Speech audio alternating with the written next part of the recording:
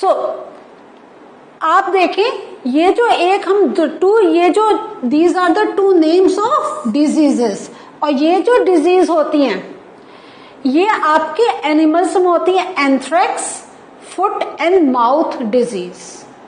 कि foot and mouth disease ये बहुत कॉमन होती है विथ कैटल्स, जो आपकी काउस हैं, बफेलोस हैं या डॉग्स हैं, उनमें ये this is a very common disease.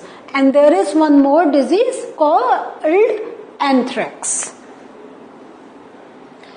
सो ये जो एंथ्रेक्स होता है, this is very dangerous human and cattle disease caused by bacterium, means bacteria. Anthrax या हमारा ह्यूमंस को भी होता है और ये कैटल्स को भी होता है, और इसका जो micro organism that is responsible for the spread of such type of disease is bacteria. जो फुट एंड माउथ डिजीज है, जैसा मैंने आपको बताया था, this is a cattle disease, ये कैटल्स में होता है, और इसका जो है cause that is virus. So आप again I am going a little bit back, हमने क्या पढ़ा था when we learned about different types of micro organism, we have learned about the names of different types of micro organism. उसमें हमने क्या learn करे थे? Bacteria, virus. वायरस का याद आया? एक आपको पिक्चर छोटी सी दिखाई थी जिसमें क्या था?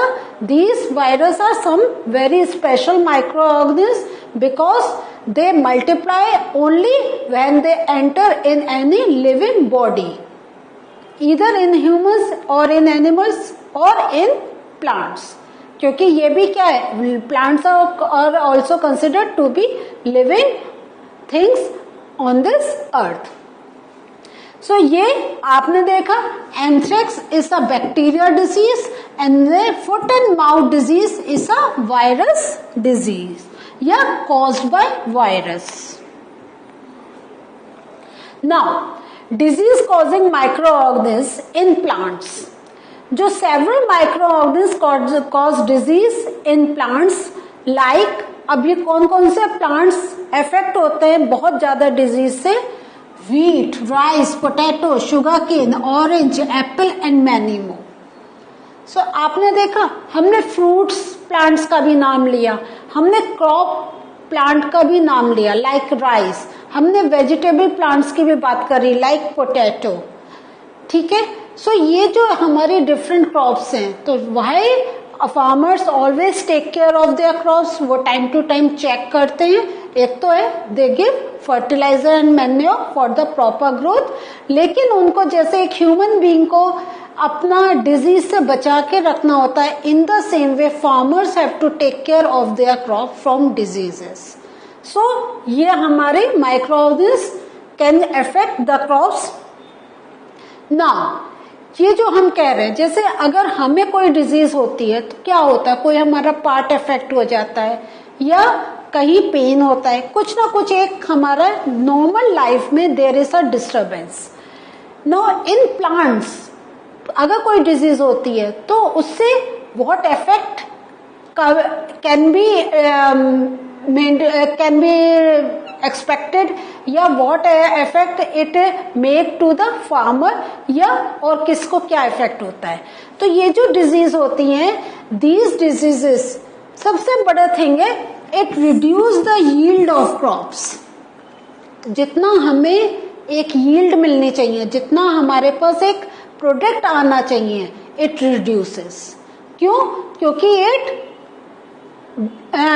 ब्रेक्स डाउन द क्रॉप या उनको मार देती है, means the crop can not grow further.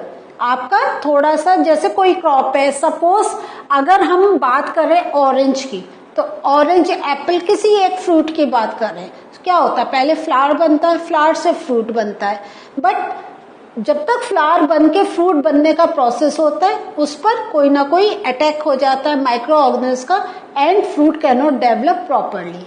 तो अगर सपोज करो आपके पास इतना बड़ा एप्पल आना है, बट या तो उसका साइज रिड्यूस हो गया या you are not getting that thing, तो क्या होगा, आपकी यील्ड कम हो गई। तो इस वे में हम डिजीज से प्लांट्स को बचाना होता है। Now, can they be controlled? Yes, they can be controlled by the use of certain chemicals which kill the microbes. Like we take medicines to treat ourselves from any disease. इसी वे में हमें plants पे थोड़े chemicals spread out करने पड़ते हैं. Some more points. ये जो प्लांट डिजीजेस होती हैं, तो अब हम इस चार्ट में क्या देखेंगे, जैसे हमने ह्यूमन डिजीज का देखा था कि mode of transmission and which type of micro organism cause a particular type of disease. So इसमें हम देखते हैं like there is a disease called citrus canker. This citrus canker, ये आप देखें, ये हमारे जैसे नींबू में होती है, लेमन में आप देख रहे हैं, ये आपके स्पॉट्स हो गया. So this disease, mode of transmission for this disease is air. ये एयर के थ्रू स्प्रेड आउट होती है. और माइक्रो ऑर्गेनिज्म क्या है? Bacteria. Moving to the other, rust of wheat. Wheat means गेहूं. रस्ट ऑफ व्हीट, ये कैसे होता है? By air as well as by seeds. और यहां पे क्या आप देख रहे हैं, ये हमने एक छोटी सी पिक्चर में आपको दिखाया है. ये कैसे होती है? Bye fungi. फंगल इन्फेक्शन हो जाता है. उसके बाद आपकी एक आती है येलो वेन मोज़ेक ऑफ भिंडी या ओकरा. भिंडी कहते हैं हिंदी में, लेडीज फिंगर हमारा जनरल नाम है, लेकिन इसको हम ओकरा भी बोलते हैं. सो दिस इज का क्या है? बाय वायरस होती है. और मोड ऑफ ट्रांसमिशन क्या होता है? इंसेक्ट. इसमें क्या देखें, इसकी जो लीव्स होती हैं, they start falling down. Leaves, तो now if leaves are not able to stay on the plant, क्या होगा?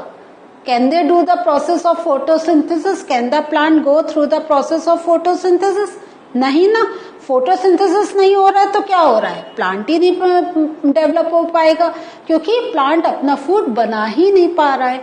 So this is the way कि ये जो आपका डिजीज होती है, कोई एक प्लांट का पार्ट को इफेक्ट करती है. Either root, either leaf, either stem या फ्लावर या फ्रूट के अंदर ही आपका कुछ इन्फेक्शन कर देता है कि fruit just fell down on the ground. So these are the some micro organism that cause these diseases. Now there is one word जो आपने बहुत सुना होगा about food poisoning. कभी अगर आपको खाना नहीं खा पा रहे हैं, वॉमिट ज्यादा हो रही है, you are going to the doctor and doctor is saying this is the case of food poisoning. What is the meaning of food poisoning? क्या हमने पॉइजन खा लिया? नहीं. क्या होता है, sometimes we eat food that is highly affected by microorganisms. या तो उस पर बैक्टीरियल ग्रोथ या आपका फंगल ग्रोथ, कुछ ऐसी चीज है. या आप सपोज कर लें कि आपने ब्रेड खाई, आपने देखा नहीं वो खराब हो रही है, वो ग्रीन या ब्राउन कलर की हो रही है, एंड आपने जल्दी में खा ली. उसमें क्या है, तो आपकी ब्रेड याद है first picture, in bread we are shown कि उसमें फंगस हो रहा था. फंगस क्या? It is a micro organism. तो दीज माइक्रो ऑर्गेनिज्म जो होते हैं, they produce toxic substances on food. Now if you are eating that spoiled food, इसलिए कहते हैं कभी सड़ा हुआ खराब पुराना खाना नहीं खाना चाहिए. डेफिनेटली उस पर micro organism are very active, and once micro organism are very active, आपको पता चल गया toxic substances are released, and these toxic substances will spoil the food. और वो जो टॉक्सिक सब्सटेंस है, they act like a poison.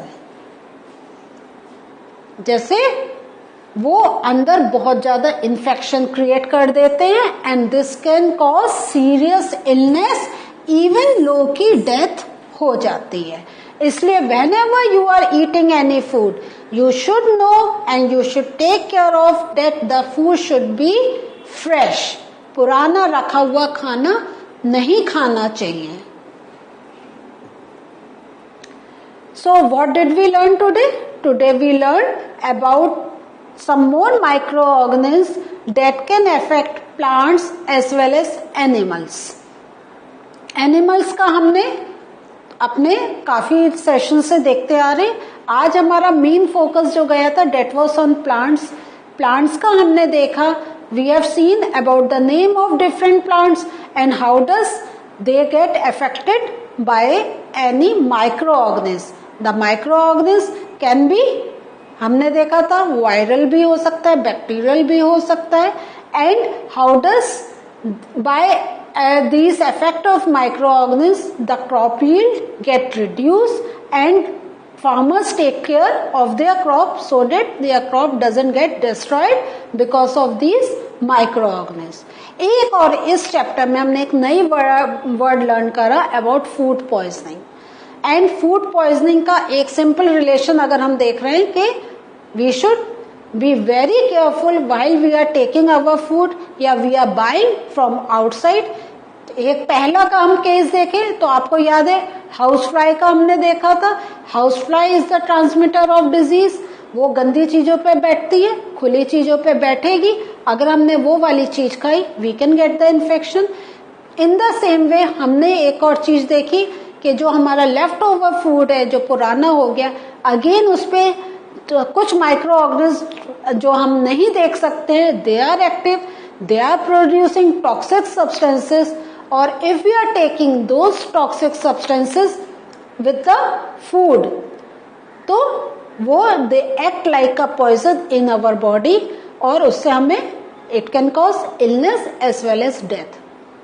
In the coming sessions, there are much more things to learn about microorganisms. Till then, have a good revision of this portion. Okay, bye. Take care.